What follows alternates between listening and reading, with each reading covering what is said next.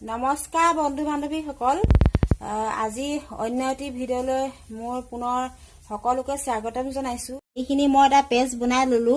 ইয়াতে aloe vera gel লৈছো, অলপ দৈ লৈছো আৰু অলপ গ্লিচিন লৈছো আৰু অলপ নাৰিকল তেল দিব লাগিব।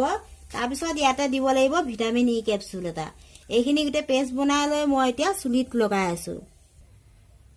এনেকে মই লগাই লৈছো। এয়া মোৰ লগাই হৈ গৈছে প্ৰায় আধা ঘণ্টামান। এতিয়া মই জলকীয়া কেইটামান ছিগি লওঁ। ঘৰৰে জলকীয়া, পুপলা জলকীয়া।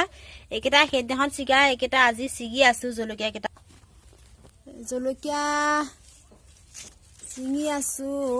গছজোপা বেছি বহুত। ইয়াত মই বিভিন্ন ধৰণৰ শাক পাচলি গোটালো। দৌন শাক দিছো, মানিমুনি, ভেদাইলতা, নৰসিংহ পাত আৰু এনেকে শুকলতি পাত, বিভিন্ন ধৰণৰ বনৌষধি গোটালো। এইবোৰ আচলতে খাব লাগে, পেটৰ কাৰণে বহুত ভাল হয়। মচন্দৈ এনেকে আৰু বহুতো দিছো, পাহৰিলো কি কি দিছিলো, বহুত বস্তুৱে দিছো। এয়া দেখিছে, মই আধা ঘন্টাৰ পিছত মাথাটো ধুই আহিছো। আৰু তিতা চুলিত ফণী নলগাব, কাৰণ চুলিবোৰ কোমল হৈ থাকে যে, চুলি বহুত সৰে। ফণীখন সদায় পাতল হ'ব লাগে, ঘন ফণীয়ে কেতিয়াও আঁচুৰি নিদিব।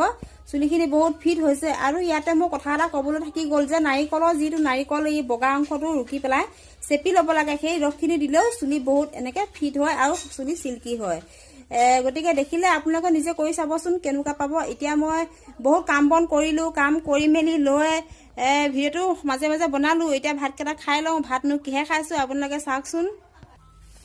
এয়া মই পাতিতে বহি লৈছো। পাতিতে বহি এয়া হ'ল ভাত, আৰু মই যে অথনি শাক দেখুৱাইছিলো, এয়া হ'ল শাকৰ তৰকাৰী আৰু মই ভাত